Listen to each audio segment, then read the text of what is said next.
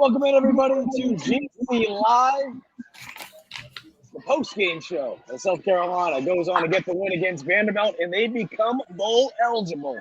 Joining me tonight is former Gamecock quarterback Michael Scarnecchia. We also have intern Joe back on with us. And intern Joe is celebrating in two ways, right? He's celebrating the win tonight for the Gamecocks. He also has his Notre Dame helmet. Clemson. We'll get to intern Joe in a little bit. Baby. But again, a big night for South Carolina as they become bowl eligible. Look, it's been a wild week for the Gamecocks. There's no question about that. And we'll get into that. We know that things aren't all sunshine and rainbows. And as you guys might be able to tell, a little bit louder on my end than it typically is. I'm in Boston tonight. I'm at the Gamecock Boston bar. The USC alumni group, they took care of me tonight. JJ Foley. We met a bunch of former Gamecocks here, or I should say South Carolina grads, but we also had a former Gamecock here. The very first South Carolina player to ever be drafted in the first round. My good friend Rick Sanford is in town tonight because the Patriots are doing alumni weekend. So Rick said, hey, Mike, where's a good place to watch the Gamecocks? He swung on by tonight. It's good to have Rick Sanford here, and it's good to have you guys here as well. So, Scar, comments are coming in a little bit different than what we've seen over the last couple of weeks. Certainly, no question about that. And as we're seeing with the comments, a win is a win. They will take that any way they can. Right? Good win. Yeah. Wasn't pretty, but glad they got the win. Bowl eligible. Nate, offense looks great in the first half. Pretty off in the second half. Defense looks sad. Big Red, thank God that we played Bell this week. Allen, I'll take a win on the road without Marcus, or I should say Marshawn Lloyd, excuse me. Go Cox. Rakeem, are we ranked top 10 if we don't lose to Mizzou? Not saying we're that good, just all about the losses today, etc. I don't know what some of these are. I'm not going to look at every single comment here and put them up here. But bottom line is this. South Carolina gets the win tonight. Comments are a little bit different here, Scar. Not saying that everything's all sunshine and rainbows. But, boy, what a difference a win makes after what has been an absolute roller coaster of a week because of what happened last weekend against Mizzou. Yeah, no doubt. And I think this makes the win makes it more sweeter because it made that we're bowl eligible now. And being bowl eligible takes so much weight off the players' shoulders, the coach's shoulders. These next three games are now, what's the best bowl we can get to? How can we get to showcase our skill at a higher level and not have to go to a lower level bowl? And I think that's going to be important. But the pressure of having to win these next three games, which are tough three games, and having to make a bowl, that's off. That's a big positive going forward for this game. And while it wasn't pretty, while there were penalties, while we kept them in the game for a lot of the time, there's a lot of positives, a lot of negatives we can talk about. But overall, I think it was Spencer's one of his best games as a Gamecock. I think our run defense woke up in the second half. Then from the first half, I don't know what I was watching, but the second half they woke up. Big plays looked great. I thought there was a good mix-up of offensive scheme, going deep, swing routes over the middle, mixing a little bit of wildcat. I liked it. I liked what I saw. Gonna add Joe into the conversation, and intern Joe, I know it's all loud over here. I know you could probably hear some things. I know you're fired up tonight. You got the Irish helmet on. Oh, yeah. What's your instant reaction though when the Gamecocks? So the Gamecocks and Vandy, man, I think they looked good tonight. The offense, I mean, it's been a big complaint these last couple of weeks, and I mean, they went out and put up 31 in the first half. Yeah, it's against Vanderbilt, and, the fan base can, say that it's an easier SEC opponent, but still numbers are numbers, and numbers don't lie. Scar, it was a great point about Spencer. I think he looked great tonight. And we found Dakereon Joyner. He's alive and well. That touchdown pass to Juice was absolutely insane. Kind of a broken play. Was able to find Juice there out in space, and Juice made a hell of a play. But overall, pretty good win for the Gamecocks. Definitely a lot you got to clean up on defense, but in terms of tackling and stuff, like you want to tune that up, and I mean you will going into Florida. It's just kind of week to week stuff that you can kind of tune up for sure, Mike. And Joe, as you said, trying to mute the sound a little bit here at JJ Foley's, the official Gamecock bar up in Boston. It was a lot of fun to watch the game tonight, too. I didn't even know this. Kid I played high school football with apparently went to South Carolina. I haven't seen him since 2010. He's sitting at the bar with the suit on and everything. Hey, Mike, what are you doing here? He's over here downing a Guinness. So it was really neat to be able to see so many people here tonight supporting the Gamecocks. So a big shout out to the Gamecock Club of Boston. But look, bottom line is this, okay? There's issues still with this team. We know that. And it's not just offense. I know people want to talk a lot about offense. We saw the defense tonight. We saw some of the struggles that we saw early in the year. We talked about some of them, right? The tackling, talking about being able to get off the blocks of the perimeter. That was something South Carolina struggled with, especially early on in the game.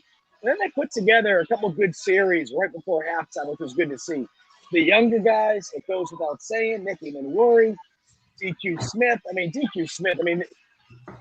And it's not taking anything away from Eamon Worry. We know what Eamon Worry's doing. I mean, he's well on his way to be named multiple SEC honors or, freshman all that kind of stuff. But DQ Smith over the last couple of weeks in particular has really come on. I think the part that makes it even more special, never mind the fact that they're young talent, but they're young homegrown talent at that, and they're making big plays. It's not just going out there and making a tackle 30 yards downfield. They're making impactful plays.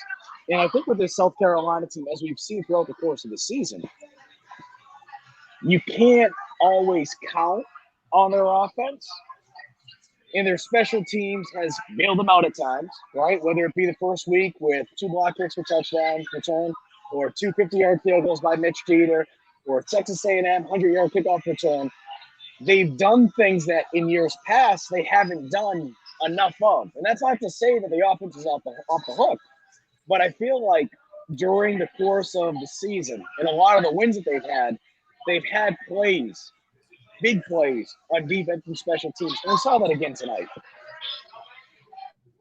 Yeah, absolutely, Mike. And, DQ Smith stepped up with Devontae Reed being hurt, kind of being like a last option. We really saw DQ Smith and, Nicky Manwuri make some plays and kind of step into a role that, they haven't really been in since the beginning of the year. Once this team started to generate momentum, you didn't really see those guys playing as much. And so, those guys were able to kind of step in, provide a big role back there in the defensive backfield. And I agree with that, especially going in to Florida, who's going to be a run-heavy team. With the depletion we have on the D-line and linebacker level, we're going to need the safeties to step up. We're not facing heavy passing teams except we exclude Tennessee. Florida's a run-heavy team. And if we're going to be able to stop the run with how depleted we are up front, those safeties are going to need to step up, and what they did. And I think we saw more of that in the second half of what those guys were capable of doing and helping out that front line and the linebackers, because let's be honest, Vanderbilt almost had their way running the ball in the first half against us. We couldn't stop it. And those guys, they started creeping up more. They found ways to get involved in slowing the run down. And it's going to be important for those guys to be involved. And I think they showed the coaches like, hey, we can – bad O-lines right now are pushing our D-line. They need some help. So they have a whole week to get ready for Florida. And I hope they will. I think they will, especially with the safety help they can have. And again, if you're just joining us, a little bit louder for me than it typically is in the background. We're at the Gamecock Boston Club. JJ Foley's ran into Gamecock great Rick Sanford here tonight. And I can tell you right now, he's all smiles. And I'll tell you what, between South Carolina winning, Notre Dame taking down Clemson, Alabama losing to LSU, Michael Scarnecchia has got his Powerball numbers tonight. Oh, man. I'm going out, boys. Bar tabs on you, man. That's right. I'll get you all. Don't worry.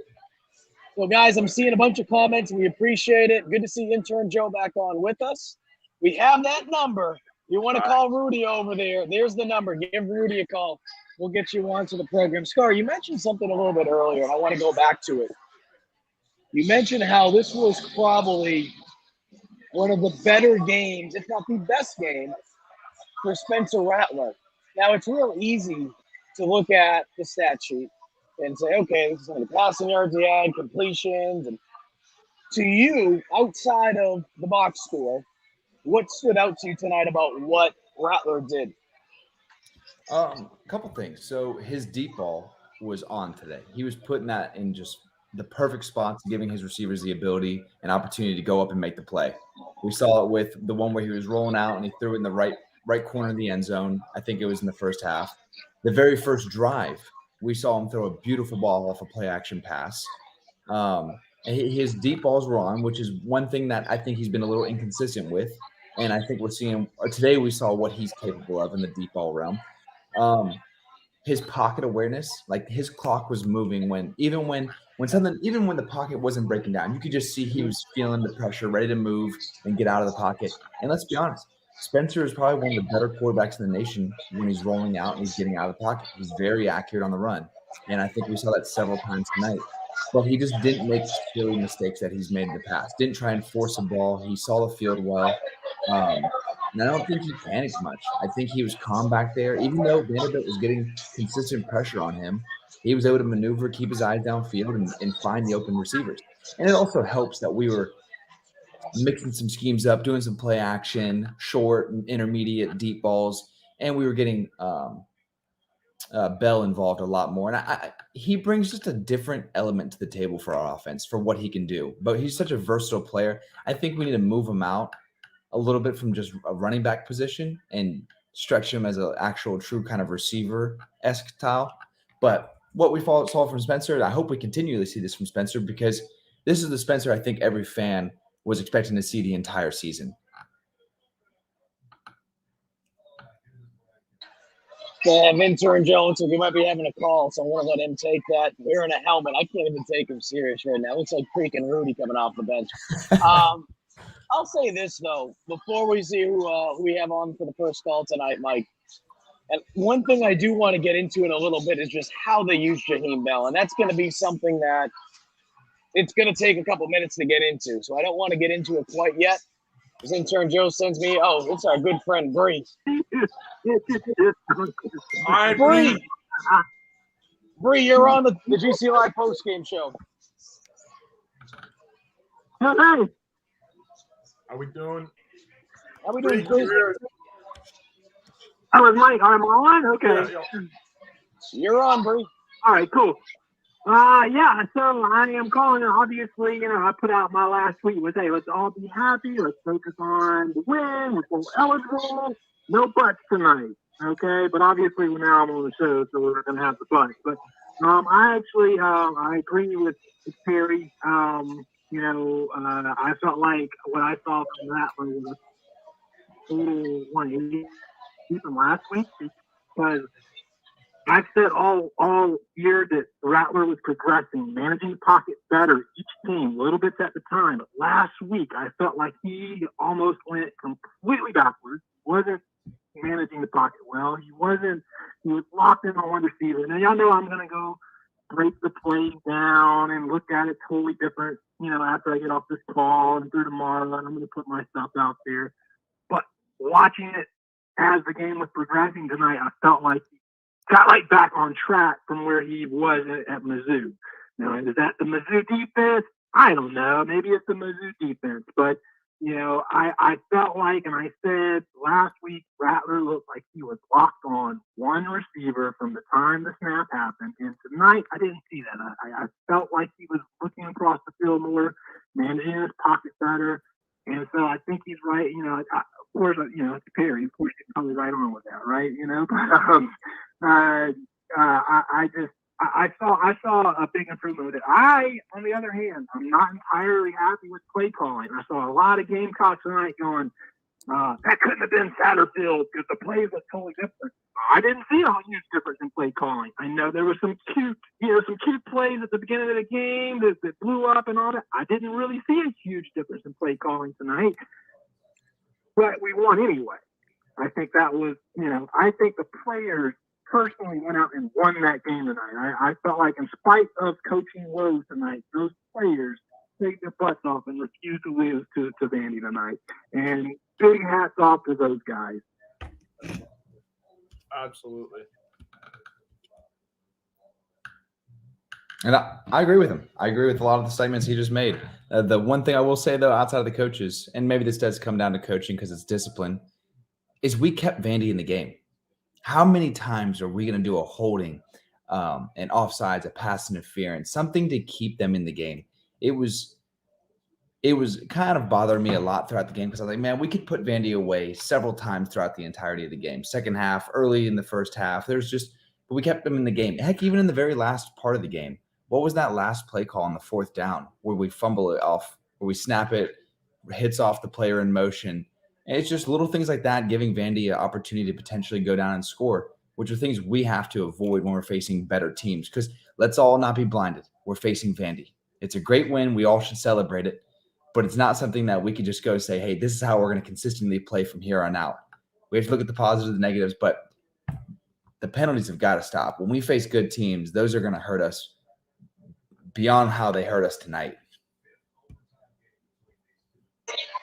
And Mike, this is something I wanted to bring up because we talked about a little bit earlier with Jaheim Bell. And obviously that was a big topic throughout the week, right? Getting him the ball more, getting him more involved in the offense. One thing that I was worried about throughout the week was South Carolina maybe forcing it to Bell just because of all the outside noise. And the reason I say that is it's a little unfair to this coaching staff. But you go back to the previous coaching staff with Muschamp, one of the things that we saw with the carry-on Joyner was trying to force it a little bit too much. And we saw it a little bit too with the beginning of the beam era, right? Like anytime Joyner was on the field, and it's apples to oranges because the positions are different, but anytime Joyner was on the field, Joyner would run the ball. And it felt like everyone in the stadium knew it, that when he was in the field. So I say that because it's a little bit different when you're a tight end, receiver, or in this case, they call him a wide back. But I just didn't want them to force the ball to him. I didn't feel like they did that tonight. I feel like they got him involved, and it wasn't in a manner in which it just seemed like, hey, we're just doing it for the sake of doing it. They did it, and they did it with a purpose. And as you saw throughout the course of the game, I'm sure there's times, too, that we can sit here. We can do this every week. I'm sure Alabama's doing this tonight with certain players as they lost to LSU. But I felt like, for the most part, the stuff they did with Bell, and obviously down with Marshawn Lloyd, trying to fill the void at running back, I felt like for the most part tonight, they did stuff with a purpose, and they weren't just forcing getting the ball to him. No, I completely agree. I think, like on the very first time we got out there, I think was the play action pass with him. I don't know why we got away from allowing him to throw the ball. He obviously has exhibited to the team in the previous bowl game against UNC that he has the ability to throw it, and he can throw it accurately. So I don't know why we don't utilize him with a run pass aspect more than we do. Which again, he showed it today. A playbook broke down. He made something happen, found a receiver, kept his eyes downfield, was going to run it, saw him open, and it turned out to be a long 55-yard touchdown. It's like that. He has the ability to create a versatile run pass aspect that defenses.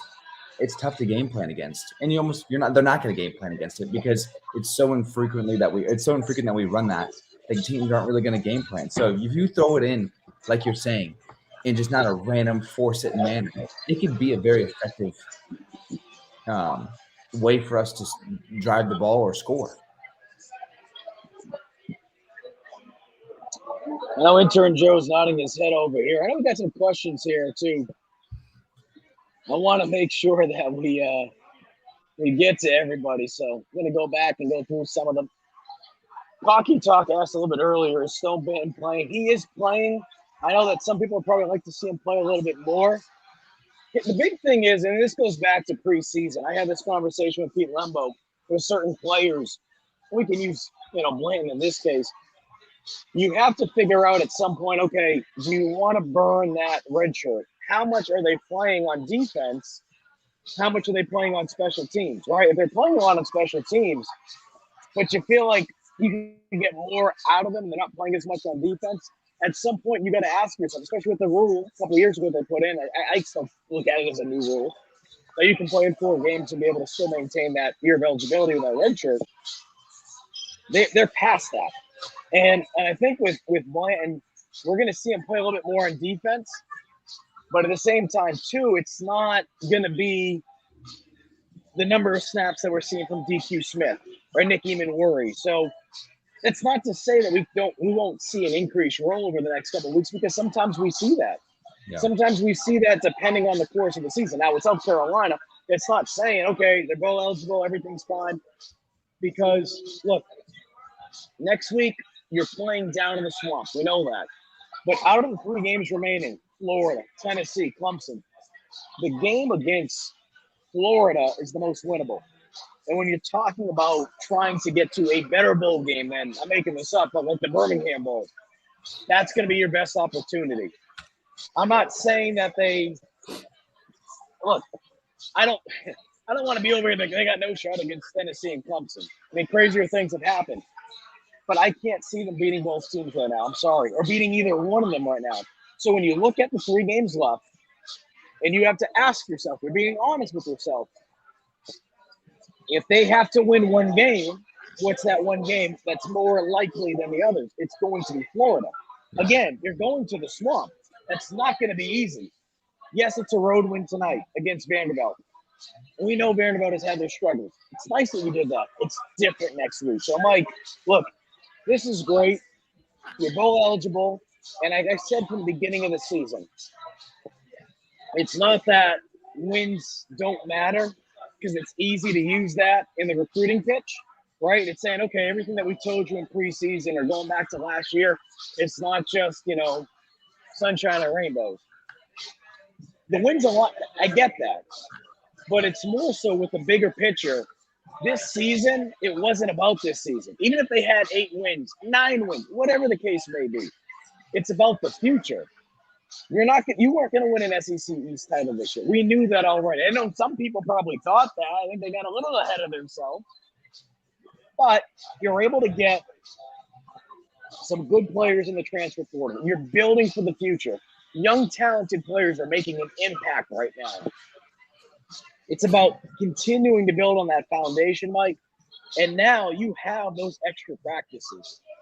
And I don't want to waste all night talking about something that we can talk about more in the coming weeks. But that's big. That's big, being able to get those extra practices. And that's not saying these next couple of weeks aren't important. But, man, you're able to do something now that lets you at least be able to breathe right now and then knowing, okay, we got to get back to work come tomorrow. Yeah. Bowl games are super important, especially because of what you were saying. You get all those extra practices. You get more time in the film room, more time with your coaches. All that, when it comes to building a young team for the future, are super important. That time on the field, that time getting the reps in with the coaches you have, getting time in the film room with them, and just getting a feel for every type of scenario that the coaches are going to throw at you. That's so important, because you want people who are mature and confident when they get on the field. And that's how you create that maturity and confidence, is through practice. Yes, it can come in a game, but a lot of times it's through the practice. I think, like you were saying, nobody was expecting an SEC championship.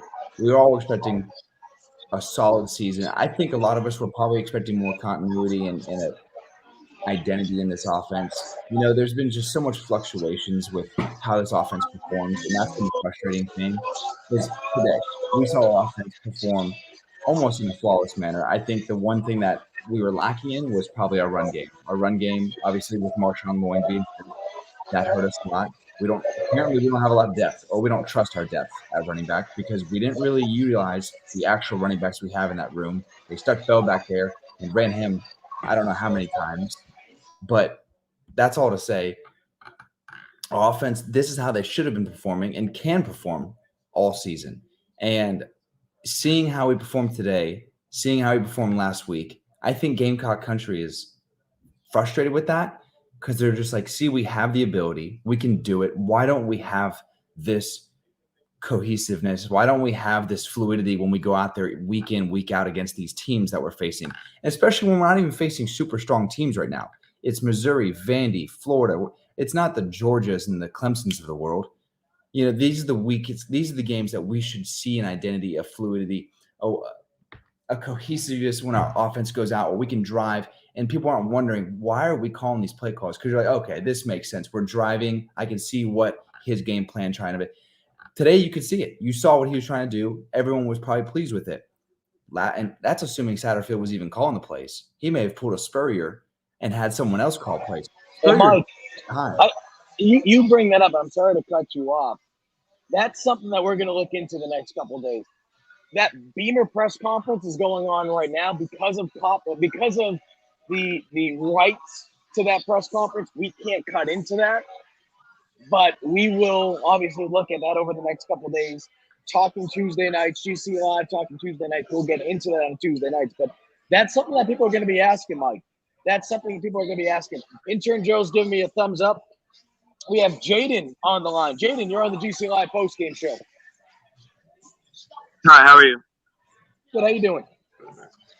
Good, Harry. So, I was thinking, do you think Florida or Clemson is the most winnable game we have left on the schedule? Can you repeat that? You're saying more winnable? Yeah. With Clemson losing to Notre Dame, I'm kind of thinking that Clemson might be a more winnable game than Florida. Just my opinion. We can all disagree with this. I know Scar here. We've got intern Joe on as well. I think the thing with Florida is this. Look, it's going to be both games are going to be on the road, right? That's never going to be easy. The Swamp right now, Florida, they need to be able to get that win to be able to make it to a bowl game. They need to be able to get those wins. So I bring that up because I still think Florida is the more winnable game. And I still think with Clemson's defense, because of the issues we've seen with USC's offense, I just don't feel as confident enough to say that USC can go to Clemson and win. I understand what you're saying. Clemson surely has flaws. We've seen that not even just tonight against Notre Dame, but I don't think Notre Dame, and this is just my opinion, I don't think Notre Dame's as bad as some people have them out to be. They're going through a head coaching change. Yes, they have some talent, but I still think it's going to be challenging to go to Clemson. I think it's going to be challenging to beat Florida, the Swamp. But if you asked me where I'd put my money, I'd lean right now towards Florida, South Carolina being the Gators. Yeah, Joe, I can see that. I think we're to put up a lot of points to be able to beat Florida because of just all the points they can put up. But yeah, what would you say, Jaden? Jaden, what would you say if there's something? Because I'm sure you're not alone with this. If there's something that you saw either tonight or just in the course of the season, because I know Gamecock fans, they pay attention to Clemson. What makes you feel like that makes you feel a bit better than maybe the Florida game? I just feel like our defense is the more capable unit, I'd say, as of now. I mean, our offense shows their sparks like they did today, but overall, I'd say the defense is the more capable unit, and the defense will favor having less offense will favor more over Clemson than it will over Florida. I'll say this. Notre Dame won that game by running the ball. If Marshawn Lloyd isn't 100% healthy and our O-line doesn't have a great game against that D-line, which is a very good D-line in Clemson, I don't know. We'll have a tough time trying to win that in Clemson because Notre Dame dominated the line of scrimmage in that. Florida doesn't have the greatest run defense, and their QB makes a lot of mistakes, while DJ does too. So when it comes to offenses and QBs, both make a lot of mistakes. I think you may have a case for Clemson because Florida's QB, while he does make mistakes, he's probably more of a threat to our defense than DJ is, assuming DJ is even going to be playing against us, because after that performance, I don't see why Dabo doesn't look towards the future and put Cade in. So, I mean, you're right. Both games, who knows? I think Florida's the more winnable game. I think they're still not as solid of a team, not as many potential NFL athletes as Clemson has. But I don't know. Both are toss-ups. Our team could go in and win. I wouldn't be shocked if we won either game. Yeah. Michael, I think you said it perfectly. I think, Notre Dame did a great job at running the ball, and I also think Clemson's offense kind of looked one-dimensional. I think the Gamecock defense, especially after tonight, the play on the edges, obviously you could wish for a little bit more from your corners, but I thought Cam Smith looked, he got burnt once, but other than that, looked like Cam Smith of normal. And I think from what I saw from Clemson tonight, I had both games on, don't worry. But from what I saw from Clemson tonight, that just the offense was very one-dimensional, and the way the Gamecocks match up with them defensively is it makes that game really winnable. Now, will the offense show up in Death Valley? We don't know yet. And I think the Swamp is going to be a very good testament of that, to see how this offense can play in a hostile environment. And again, I think, this defense, granted, yeah, they let up, more points than they should have to Vanderbilt, but they have a bounce back week next week and a really talented quarterback in Anthony Richardson. And Shane gave Anthony Richardson credit. He's like, I know Anthony Richardson is watching this game somewhere smiling, so I think, this defense didn't have the best game tonight, but they didn't play up to their standards. And if they do next week in the Swamp, I think it can really, really add to the momentum going on into Clemson, into Tennessee. Joe, what it comes down to is this more than anything. It's being able to take it's as simple as this, okay? I can't believe we're going to dumb it down as much as this, but it just comes down to it. Taking a step forward and not taking 2 steps back. That's what it comes down to this week. South Carolina has done a lot of good this season. And as I wrote on Gamecock Central earlier this week, I compared it to a kitchen, Scar. Brand new kitchen, right? Beautiful sink, nice stove. We have a nice fancy fridge. You want to see through it, go see that nice fine wine, right? Nice chandelier. Before you can even look at the walls that have been painted, this kitchen's a year old. This is Beamer's kitchen. There's this awful, awful smell in the kitchen.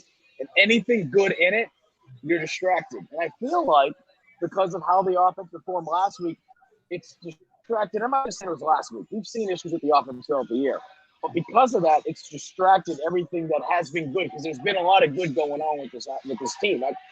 So I say that because tonight's a good night to point to some of those things. Again, defense, they had their issues, okay? Tackling could have been better throughout the course of the game. They tightened up at times. They could have been better, right? And they're not playing, the greatest show on turf, right? They're not playing the 2001 Rams. But look, at the end of the day, they got the win. You got to tighten some things up. Looks like we have another call. Alex, you're on the G5 Postgame Show. Hey, what's up, guys? How you guys doing? Good. How you doing, Alex? Pretty good, man. Back from Brazil. Somehow find a way to catch that game. But, the defense, while it didn't look good, of course, but I'm not worried that much just because it's not something that's they've gotten better over the course of the season, and then they kind of had an off game. What I'm more happy about is the offense finally kind of stepped up where they needed to. And even with special teams, there weren't a lot of touchbacks. Normally, it's out the end of the other end zone. And tonight it just wasn't. They were, other than that play to Tonga Hemingway, wasn't spectacular. So lost you a little. Gotcha. Alex, we still got you, man. Oh, yeah. I'm still here. Yep. So, started to lose you a little bit there, Alex. Yeah.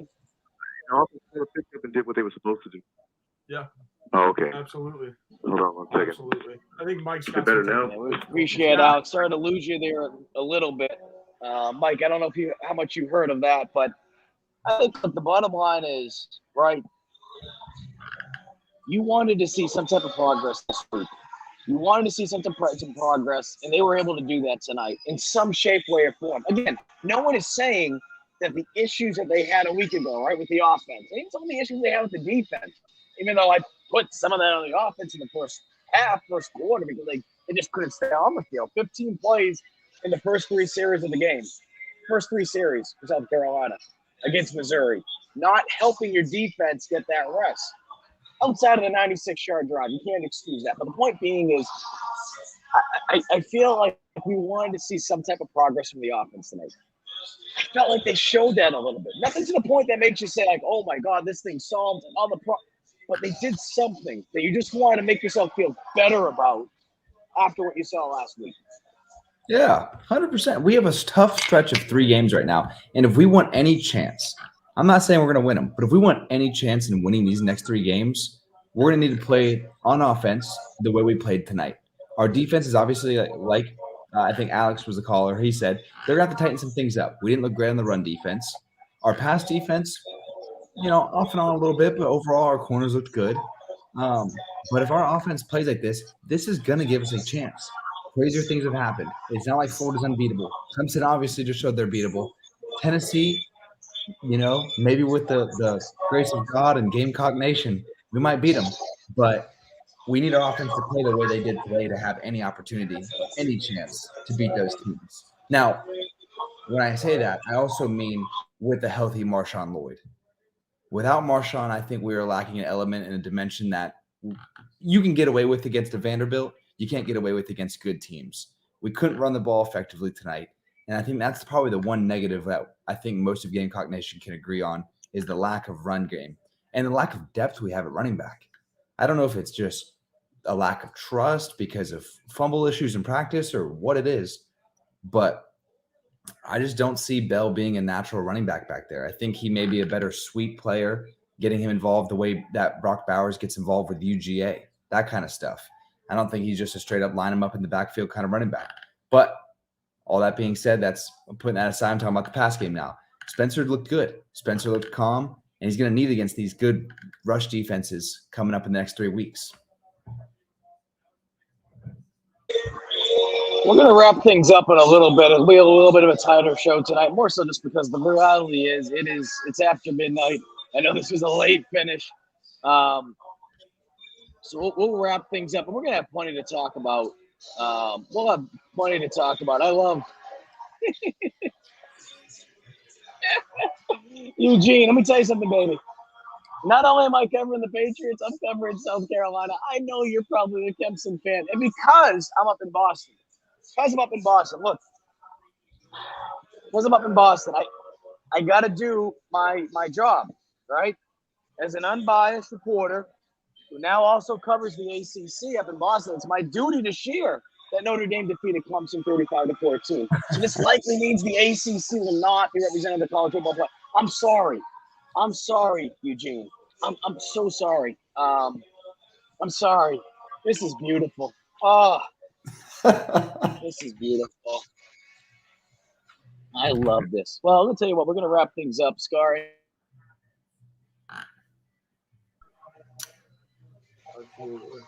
Lost Mike for a second. Any final thoughts, Scar and Joe? No, I think Gamecock Nation. I think Florida was the one game I had on my schedule preseason that I think we should go in and win. Now, if we play the way we played today, I think we have a good chance on offense. We're going to have to score points with Spencer throwing it in the air, and we're going to have some type of cohesiveness. And we're also going to have Jaheim Bell get the ball.